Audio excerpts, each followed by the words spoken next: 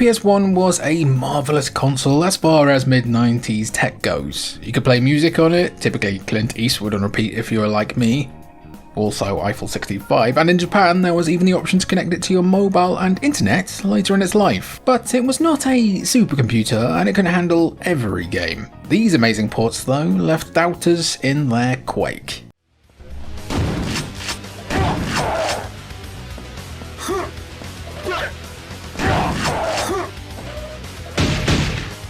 It feels like a millennia ago at this point, but there was a time when Quake sat atop the throne as the best first-person shooter on the market. Maybe 2 millennia ago actually. Quake 2 might just even be the best of the bunch, with landmark changes that improve the core formula in massive ways. Hub and spoke level progression, along with altogether larger levels in general, improved damage models on the enemy stroke, and more helped cement Quake 2 as one of the PC's finest shooters of the 90s. Naturally, publishers Activision wanted to make as much money as they could from this runaway success, so console ports were commissioned. We did also get an uber impressive N64 version too, but due to Quake 2's leaps and bounds improvements, a PS1 port was deemed to be impossible. Technically, they'd be right, as while Quake 2 did launch on the PS1, there is a bit of an asterisk here. Instead of simply porting the PC version to consoles and calling it a day, while also being sued by Sony for blowing up their system, PS1 port developers Hammerhead actually rebuilt the game and engine from the ground up in order to have Quake 2 work properly on the PS1. The result is something of an abridged version of Quake 2, with Hammerhead needing to break levels up with some mid-level loading screens in order to mitigate their sheer size and the strain on the engine. Aside from that though, it is effectively the same game, complete with 4-player multiplayer that runs on PS1 natively at 512 by 240 resolution at 30 FPS. It's a very impressive undertaking for a console that everyone seemingly counted out before Quake 2 could even be launched. We could have missed out on greatness here.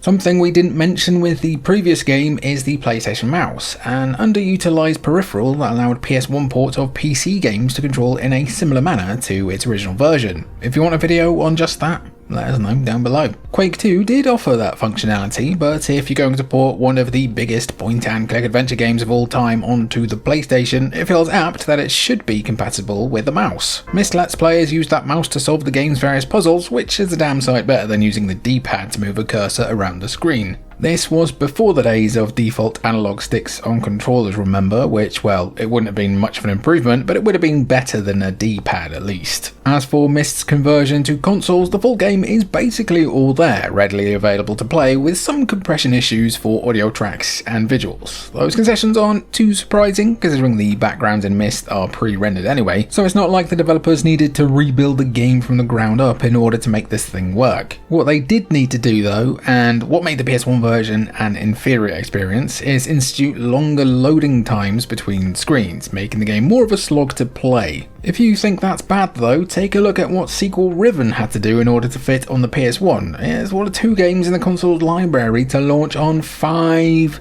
discs. That's tech in the mick.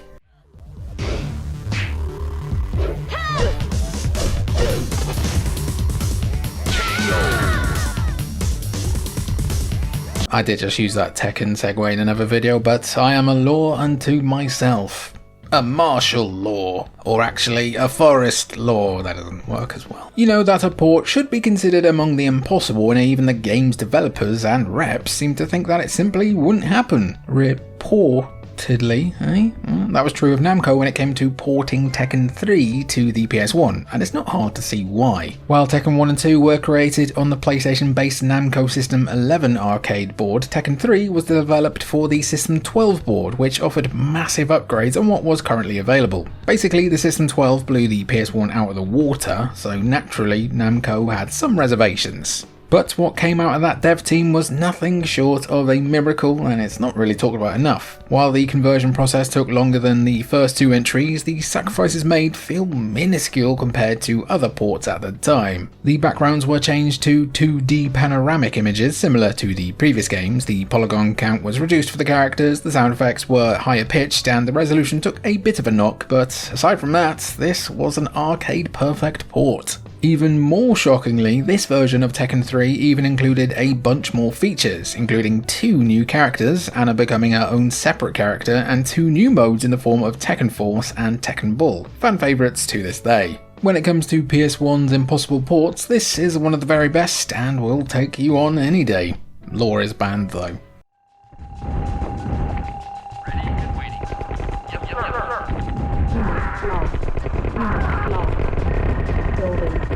Do you remember the PlayStation mouse we mentioned literally 4 minutes ago? You'd think a game like Command & Conquer, a real-time strategy game, would make use of a peripheral like that, considering RTS titles require fine control over specific units and such. You'd be right, technically, as C&C Red Alert and its updated version, Retaliation, would both be compatible with the PlayStation mouse, but the first Command & Conquer on PS1, controller only, boyo. Given the PlayStation's reduced capabilities compared to a PC, the idea of bringing an RTS game as strenuous as C&C sounds like a bit of a fool's errand, but fortunately for strategy fans, the team over at Westwood Studios found the ideal path for everyone to get what they wanted. Instead of porting the game straight to PlayStation and dealing with the difficulties that would bring, Westwood actually ported the game to the more powerful Sega Saturn first. Mildly interesting side note for you, everyone forgets that Tomb Raider actually came to the Saturn first. That was your legally mandated Saturn fact for the year. For the Saturn version of Command & Conquer, Westwood modified the game to fit the mold of a console, changing the UI and controls as such to make for a more pleasant experience. There were some concessions, like unit shadowing being removed entirely, but they did add features like control groups before they were added on PC.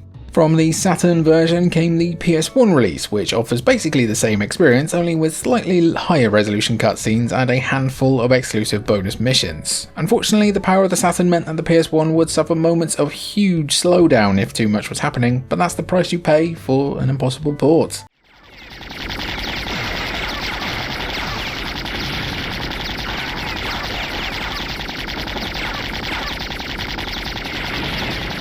The dictionary definition of a cult classic run-and-gun shooter, MDK is probably the game your mum saw that made her think all games are violent. To be fair, the game does stand for Murder, Death, Kill, a reference to the excellent Demolition Man, even if the game does try to cover up with certain acronyms like Mother's Day Kisses or Mission Deliver Kindness. What made MDK so impressive, and what made a port of the game seem nightmarish to some, was the fact that Shiny Entertainment's developers created their own programming language with relevant tools in order to make the game. Spare a thought then for poor Neversoft, who were given the task of porting the game to the PlayStation 1. If that doesn't sound like enough of a daunting task to you, consider these extra little tidbits. Neversoft were originally given a deadline of 6 months, and work started on the port before the PC build was even finished, so Neversoft would have to constantly make updates and changes to keep parity with the PC version. Still, developer Mick West was hopeful that the PS1 version would actually improve on the PC release in a couple of ways, compressing data for a knock on some animation quality in favour of things like a huge increase in visible colour and some new lighting effects. The end result is a game that admittedly isn't as nice to look at graphically, but manages to maintain almost full parity with the PC release. It is a remarkable port, even if the devs had to craft a few things in a cave, with a box of scraps.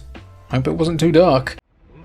Move out, move out, move out, move out, move out, move out, move out. Another RTS game, and also another example of a game being ported to both the PS1 and Saturn, Warcraft 2 was the continuation of Blizzard's seeming stranglehold on the RTS genre. Sure, C&C might have been on the come up, but Warcraft was, arguably is, and might forever be the king of the RTS genre. That or StarCraft, but that's just sci-fi Warcraft.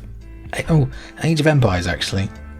Anyway, released in 1995, the Warcraft sequel offered more of the same collect resources, build units and establish dominance that fans fell in love with when the game first launched a year earlier. New campaigns, new levels, new units, along with an expansion pack in the form of Beyond the Dark Portal made Warcraft such a massive experience. So how do Blizzard bring all that over to consoles? Pretty easily, all things considered. Instead of offering some kind of neutered version of Warcraft 2, Blizzard managed to give everyone the complete package, with just some graphical downgrades and the standard controller quibbles being the only notable downsides to this PS1 version. Released as the Dark Saga with both the original game and expansion content, Warcraft 2 on console even offers a few upgrades designed to make the strategy formula on console a bit easier. You can now set units to be automatically created along with auto upgrades for buildings and the like once you have the resources, and you can even create bigger groupings of units for attacking and defending. Granted, look, it is obviously not better than the PC version, but it is impressive what they were able to accomplish here. They are billions. That's probably my favourite RTS. I know it's not everyone's, but you know, I quite like it. Anyway, next game.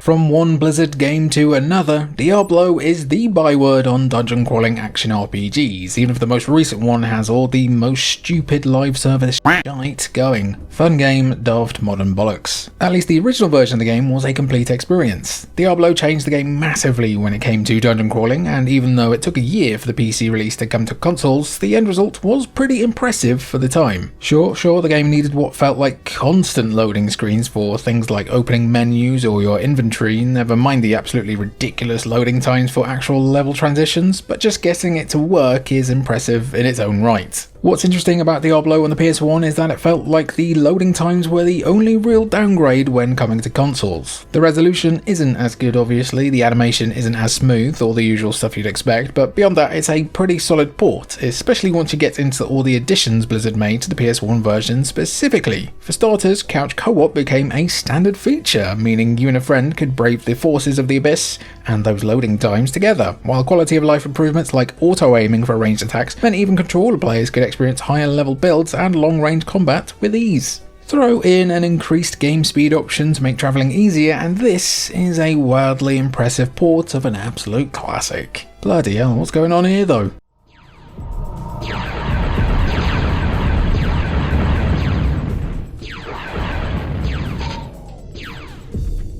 Another hell yeah brother cult classic, signified by the fact it received a Night Dive remaster a few years ago. Forsaken is a game someone close to you owned that you played for 2 hours straight and never learned the name of. Everyone's childhood has at least 6 of those. A game that's basically Quake on a hoverbike complete with full 360 degree movement, Forsaken on PC was essentially a bit of a benchmark release for the platform. If you want to see the best looking textures or lighting that you can get out of your graphics cards, you play a game like Forsaken, but that makes the idea of porting it to console sound like an impossible task. If you want further proof of Forsaken being a bit of a nightmare to port, look at Forsaken 64, the N64 release that's essentially a completely different game. The core gameplay is the same, but the levels are completely different to the PC version. Developers Probe Entertainment would develop both the PC and PS1 versions, so if anyone could make magic, it'd be them, and boy did they. As usual, you've got your resolution dips, and some of the textures look wonkier in that PS1 way, especially when compared to the PC version, but other than that, the PS1 version is the same as the PC. Same levels, same lighting effects, same pretty much everything. It's a wonderful port, and the best part is that it kept the 60 frames per second gameplay of the PC release.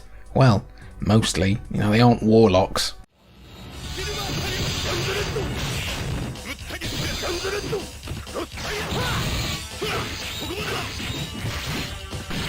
Please subscribe so that we can one day afford this physically. One of the earliest examples of a JoJo game, Capcom's arcade release of JoJo's Bizarre Adventure brought the high-octane and overly flamboyant combat to the anime and manga to the virtual world. Now, when talking about arcade ports of this whipper, obviously the Dreamcast version is basically arcade perfect, but that's not surprising. The console, essentially based on arcade boards, managed to accurately power an arcade port. Stop the bloody presses. The PlayStation, meanwhile, had been notoriously struggling with Capcom's CPS2 arcade ports like Street Fighter Alpha 3, Darkstalkers 3, and Marvel vs. Capcom Clash of Superheroes. All the PS1 versions of those games suffered from cut frames and even bigger compromises like no tag features for MVC. That's quite wild. JoJo's Bizarre Adventure used CPS 3 though, so if 2 was causing issues, 3 should have been impossible. Somehow though, Capcom managed to finesse this one, porting a sort of 1.5 version of 2 JoJo's Bizarre Adventure games, JoJo's Venture and JoJo's Bizarre Adventure Heritage for the Future, which includes more characters. The PS1 port was based more off the first version, version, albeit with all the characters from both versions, along with a brand new Super Story mode which offered a direct retelling of the entire Stardust Crusaders arc. Some concessions had to be made, of course, with the stands in particular taking the biggest loss in both colour and detail. Aside from that though, the core gameplay is basically the same, making JJBA a genuine work of wonder. It is a sin it costs so much though.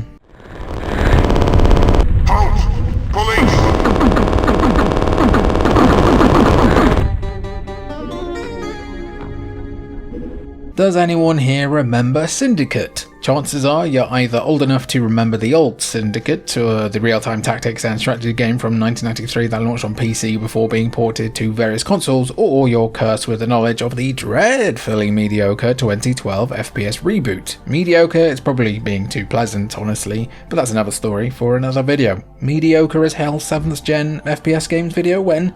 You let us know if you want that. The original Syndicate, you know, the tactical one that people actually liked, did receive a sequel, Syndicate Wars, which upped the ante in a number of ways, most notable being the leap into the third dimension. Proper 3D environments, characters and space were implemented here, instead of just 2D sprites and whatnot, but it's how you could interact with the space that made Syndicate Wars an impossible port prospect. You see, almost all of the structures available in-game could be destroyed, allowing you to essentially carve your way through a level as you saw fit in order to achieve your objectives. Taking destruction on that scale and stuffing it into a box the size of the PS1 was no tall order, and as you've probably guessed, sacrifices had to be made. The PS1 release of Syndicate Wars removed aspects like the technology research tree, demoting them to regular mission unlocks, while the graphics and resolution felt more like a low settings PC build. Some missions were also completely changed along with the intro cutscene, but the core of Syndicate Wars remained the same. Still, the PS1 version also removed a lot of the obstructing background buildings by making them transparent, so you can actually see what you're doing.